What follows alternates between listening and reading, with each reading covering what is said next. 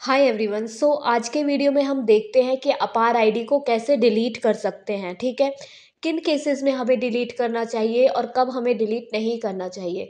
देखिए, अगर स्टूडेंट के डेटा में थोड़ी बहुत मिस्टेक हुई है तो उस केस में हमें अपार आईडी को डिलीट करने की नीड नहीं है। हम आधार में अपना डेटा करेक्ट करेंगे तो अपार आईडी में अपडेट हो जाएगा। ठीक है, डिजी लॉकर से।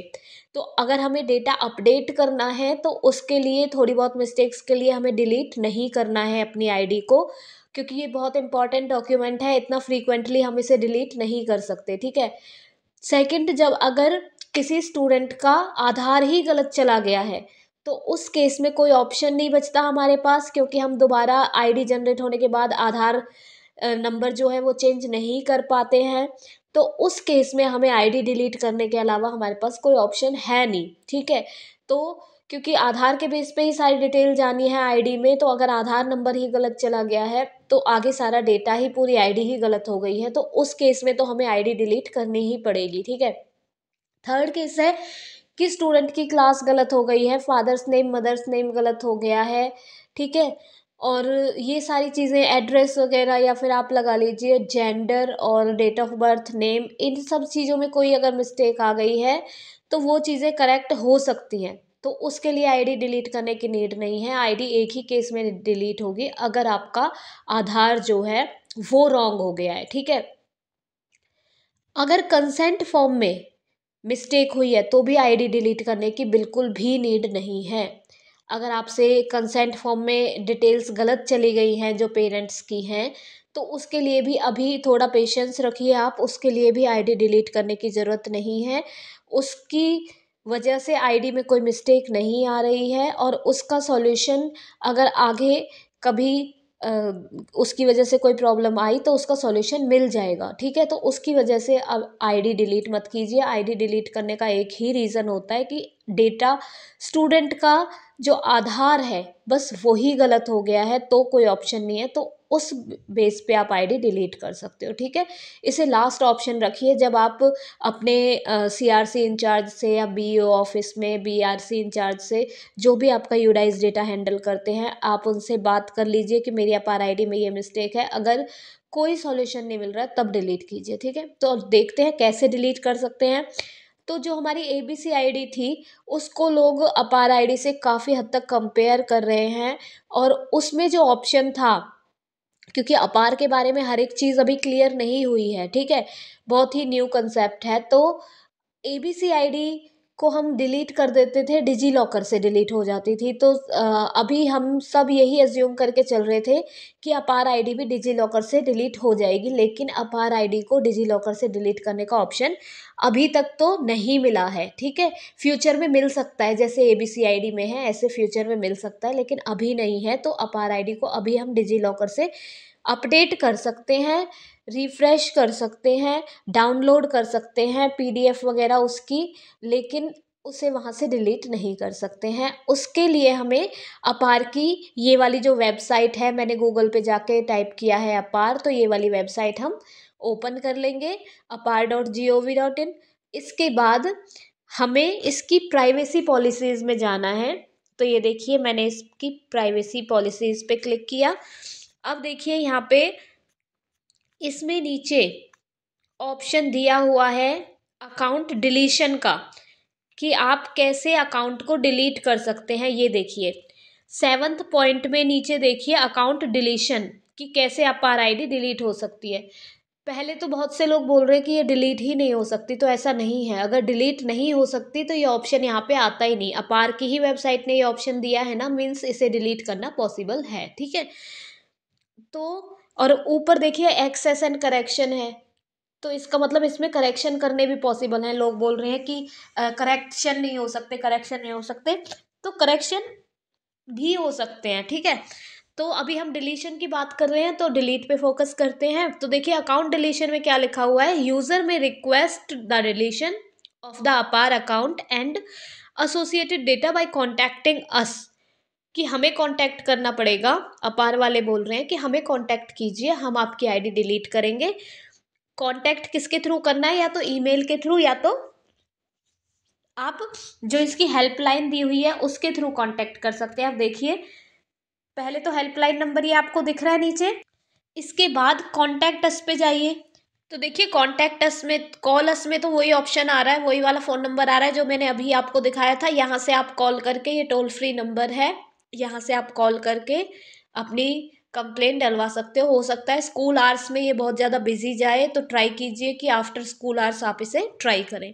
इसके बाद देखिए इस ऊपर रेज ए टिकट का ऑप्शन है, यहाँ पे सेंड क्वेरी का बटन है, आप यहाँ पे क्लिक करेंगे तो इस तरीके से ये आपका इंटरफेस ओपन हो जाएगा। यहाँ पे ओपन अ न्यू टिकट पे आपको जाना है और यहाँ पे क्लिक करोगे आप तो देखिए यहाँ पे आपसे आपका ईमेल एड्रेस पूछा जाएगा, फुल नेम पूछा जाएगा, फ़ोन नंबर पूछा जाएगा, ये सारी चीज़ें पूछी जाएंगी।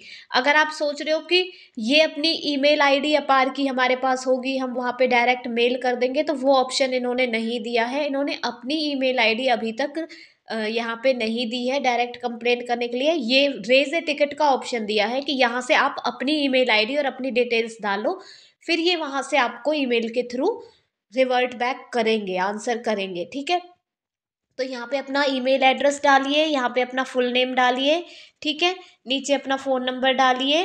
और तो देखिए नीड हेल्प वाले ऑप्शन पे जाके हम सिलेक्ट करेंगे कि हमारी क्वेरी जो है वो किससे रिलेटेड है। तो हमारी क्वेरी अपार से रिलेटेड है, डिजी लॉकर से रिलेटेड है, या हमें और कोई अदर इशू है। तो हम अपार से रिलेटेड है तो हमने ये सिलेक्ट कर दिया है कि हमारी क्वेरी अपार से रिलेटेड है। ठीक है, इसके बाद हमें कैटेगरी सिलेक्ट करनी है कि हमें अपार में क्या इशू है।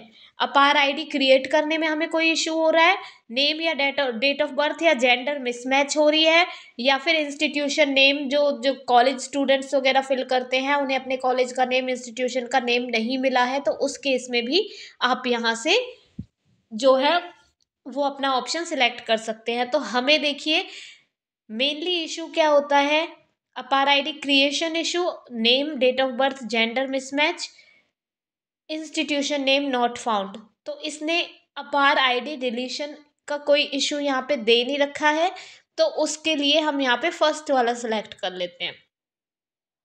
ठीक है, अब आप यहाँ पे जो रीज़न है नीचे, तो यहाँ पे आप यहाँ पे रीज़न डालोगे कि जो आपकी अपार आईडी है वो दूसरे आधार नंबर से डल गई है, रॉन्ग आधार डिटेल्स के साथ चली गई है, तो इसलिए आप उसे डिलीट करना चाहते हैं। और इसके लिए यहाँ पे चूज़ देम का जो ऑप्शन है यहाँ पे क्लिक करके अपने फ़ोन से जो भी आपका स्क्रीनशॉट है आईडी का वो आप यहाँ पे डाल के, ठीक है, वो आप यहाँ पे डाल सकते हैं, अपनी पूरी प्रॉब्लम यहाँ पे लिख दीजिए। चूज़ देम के ऑप्शन से आप यहाँ से वो फाइल ड्रॉप कर दीजिए, वो स्क्रीनशॉट जो आपको आपकी आईडी में जो मिस्टेक है उसको हाईलाइट करके यहाँ पे ड्रॉप कर दीजिए, और फिर आप यहाँ पे इसे क्रिएट टिकट के ऑप्शन पर क्लिक कर दीजिए।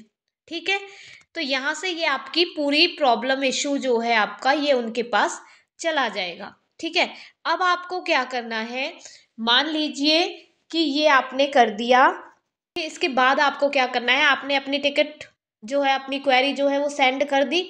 अब विद इन 3-4 वर्किंग डेज में आप देखो कि आपकी मेल पे रिप्लाई आया है कि नहीं आया अपार की तरफ से। अगर नहीं आया तो आप फिर से अपार की साइट पे जाइए और यहाँ से ये हेल्प मेन्यू में जाके उधर, और ये चेक टिकट स्टेटस ये दिख रहा है ना नीचे, चेक टिकट स्टेटस पर टिक कीजिए, है ना। यहाँ पे अपना ईमेल एड्रेस डालिए, और आपको जो अपनी जब पहले आपने क्वेरी डाली थी, टिकट रेज की थी, तो आपको एक टिकट नंबर मिला होगा, वो आप ज़रूर ध्यान रखिएगा, वो आप यहाँ पे डालिए और फिर यहाँ पे नीचे ईमेल एक्सेस लिंक पे क्लिक कीजिए। ठीक है, तो जब आप इस लिंक पे क्लिक करोगे, ईमेल एक्सेस लिंक पे, तो आपको पता चलेगा कि आपकी जो टिकट थी, जो आपकी क्वेरी थी, जो आपकी प्रॉब्लम थी, जो इशू था, उसका क्या स्टेटस है। ठीक है, क्या वो अभी इन प्रोसेस है, वो क्यू में है, या उसका रिवर्ट बैक आंसर उसका आने वाला है, या कब आएगा, वो सारी डिटेल आपको इसमें मिल जाएंगी। ठीक है, तो ये प्रोसेस है अभी फ़िलहाल अपार आईडी को डिलीट करने की, कि आप यहाँ से अपना डायरेक्ट या तो कॉल कीजिए जो उनका टोल फ्री नंबर यहाँ पे दिया हुआ है उस पर, या तो ये रेज अ टिकट का ऑप्शन यहाँ से चूज़ कीजिए। ठीक है, आप डिजी लॉकर से भी रेज अ टिकट का ऑप्शन चूज़ कर सकते हैं, लेकिन यहाँ से आप करोगे तो आपको ज़्यादा जो है एकदम आंसर आने के ज़्यादा चांसेस हैं। ठीक है। तो यहाँ से, क्योंकि ये अपार के लिए है, डिजी लॉकर में बहुत सारे डॉक्यूमेंट रिलेटेड इशू होते हैं और इसमें अपार में अपार रिलेटेड इश्यूज ही रिजॉल्व होते हैं, तो यहाँ से ज़्यादा चांसेस हैं कि आपका इशू जल्दी सॉल्व हो जाए। तो यहाँ पे आप अपने अकाउंट डिलीशन के लिए रिक्वेस्ट डाल सकते हैं। 30 डेज अपार ने बोला है कि 30 डेज लगते हैं इस प्रोसेस को, रिक्वेस्ट को प्रोसेस होने में, और आपके जो अकाउंट है उसको, अकाउंट अपार आईडी जो है उसको डिलीट होने में 30 डेज लगते हैं। 30 डेज के बाद आप दोबारा अपनी अपार आईडी जनरेट कर पाओगे, उससे पहले आप नहीं कर पाओगे। अगर आप सोचो कि आज आपने अपार आईडी डिलीट करने के लिए रिक्वेस्ट डाल दी है, 2-4 दिन में डिलीट हो जाएगी, 5वें दिन आप दोबारा नई जनरेट कर लोगे, तो वो नहीं होगा।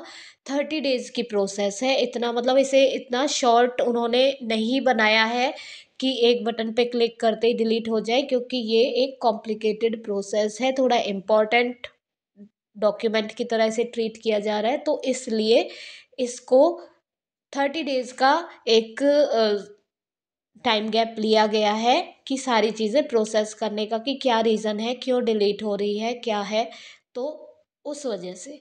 तो यही प्रोसेस है। आपको अपार आईडी डिलीट करनी है तो आपको इसी तरीके से या तो टोल फ्री नंबर पे कॉल करके अपना वो करना पड़ेगा, अपनी रिक्वेस्ट डालनी पड़ेगी और वहाँ से एक नंबर लेना पड़ेगा और उसका स्टेटस बाद में चेक करना पड़ेगा, या तो रेज़ अ टिकट के ऑप्शन पे जाके आपको अपनी क्वेरी डाल के टिकट नंबर लेके बाद में उसका स्टेटस चेक करना पड़ेगा और अपनी ईमेल पर चेक करना पड़ेगा कि उनका क्या रिप्लाई आया है। सो आई होप आपको ये वीडियो हेल्पफुल लगा होगा, and if you like this video then please like, share and subscribe my channel and press the bell icon so that you can get the notification of latest videos.